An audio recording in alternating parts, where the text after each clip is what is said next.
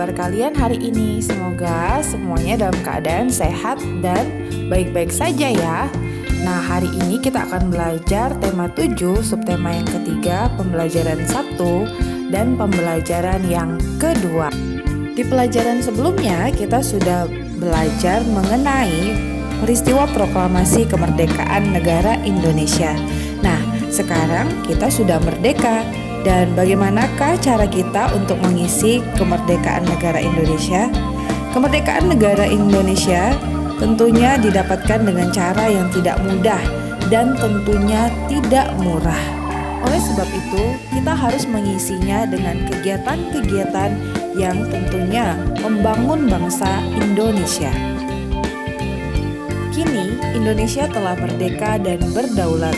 Namun, banyak hal yang harus dilakukan untuk mengisinya dalam rangka pembangunan bangsa Indonesia yang seutuhnya, seperti yang dicita-citakan para pendiri bangsa ini.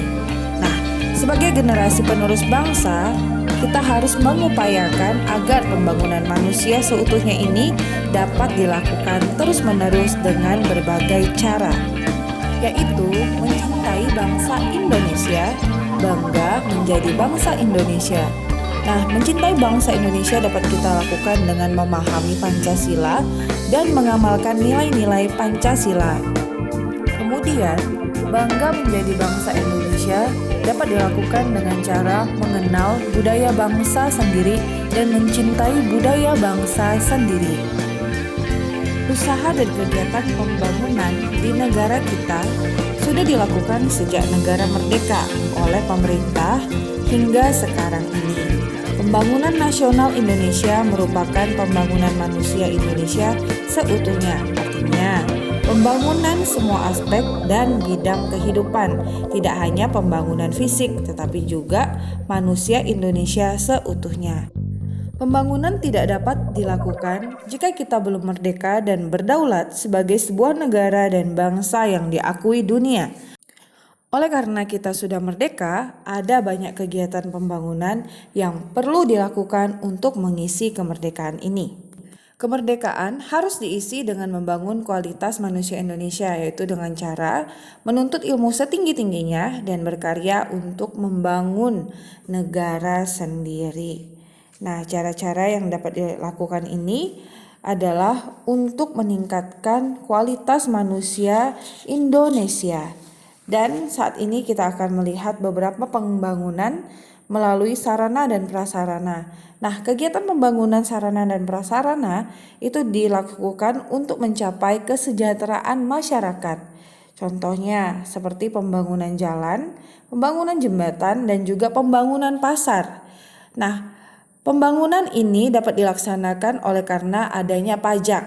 Nah, pajak dipungut dari masyarakat adalah untuk membangun jalan dan jembatan. Selain itu, kita juga bisa melihat adanya pembangunan sekolah dan juga pembangunan tempat ibadah. Nah, itu adalah contoh pembangunan yang ada di masyarakat Indonesia. Dan pembangunan nasional sendiri, di masyarakat terdapat kegiatan-kegiatan yang tentunya mendukung pembangunan nasional. Dan ada pula yang tidak mendukung baik pembangunan fisik maupun non-fisik. Apa sajakah faktor-faktor yang mendukung atau bahkan menghambat pembangunan nasional? Marilah kita akan pelajari bersama-sama. Yang pertama, kita akan melihat dari faktor pendukung. Faktor pendukung pembangunan nasional meliputi kemerdekaan atau kedaulatan bangsa tentunya.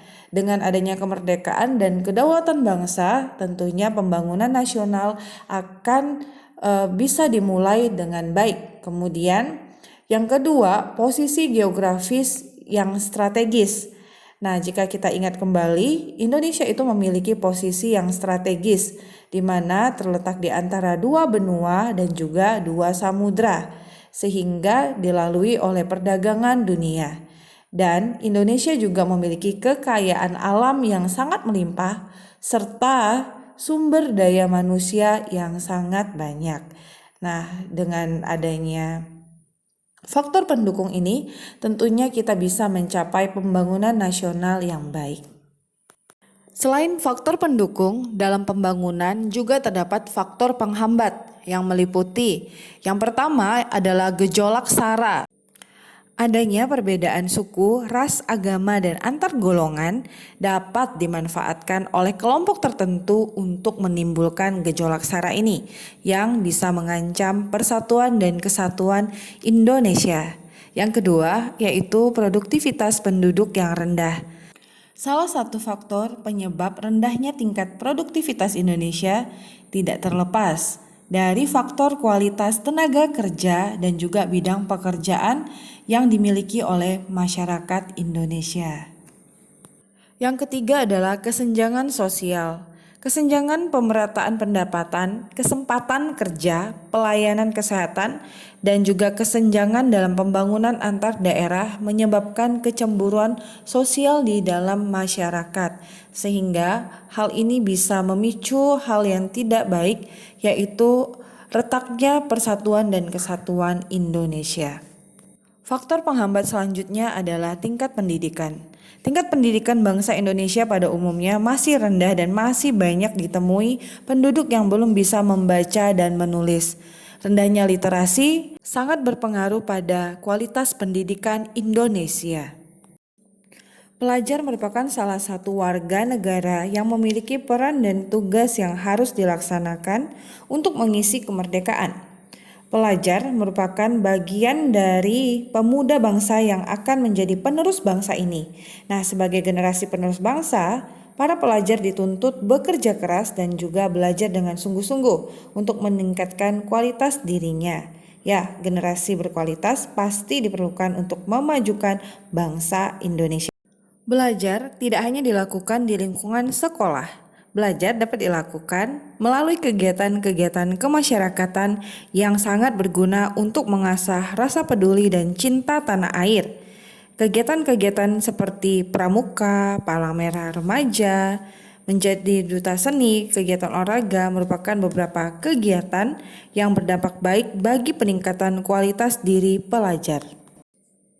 Dengan demikian, pelajar dapat terhindar dari kegiatan negatif yang dapat menimbulkan masalah dalam masyarakat seperti tawuran atau terjerumus dalam tindakan kekerasan serta pelanggaran hukum lainnya.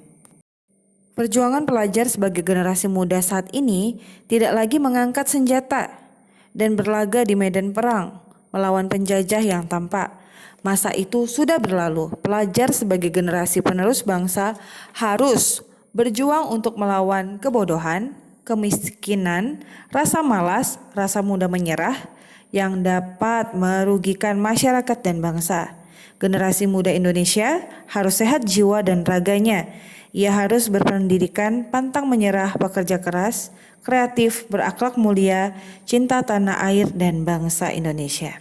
Nah, bagaimana dengan kalian dalam mengisi kemerdekaan ini? Apakah peran yang akan kalian ambil? Nah, kalian bisa jawab dalam hati masing-masing. Marilah kita ambil bagian untuk turut memajukan bangsa Indonesia. Sekian pembelajaran hari ini. Miss ucapkan terima kasih kepada anak-anak dan bersemangatlah untuk membangun bangsa ini dengan cara belajar bersungguh-sungguh dan juga selalu cinta akan Indonesia. Sampai jumpa lagi. Bye-bye.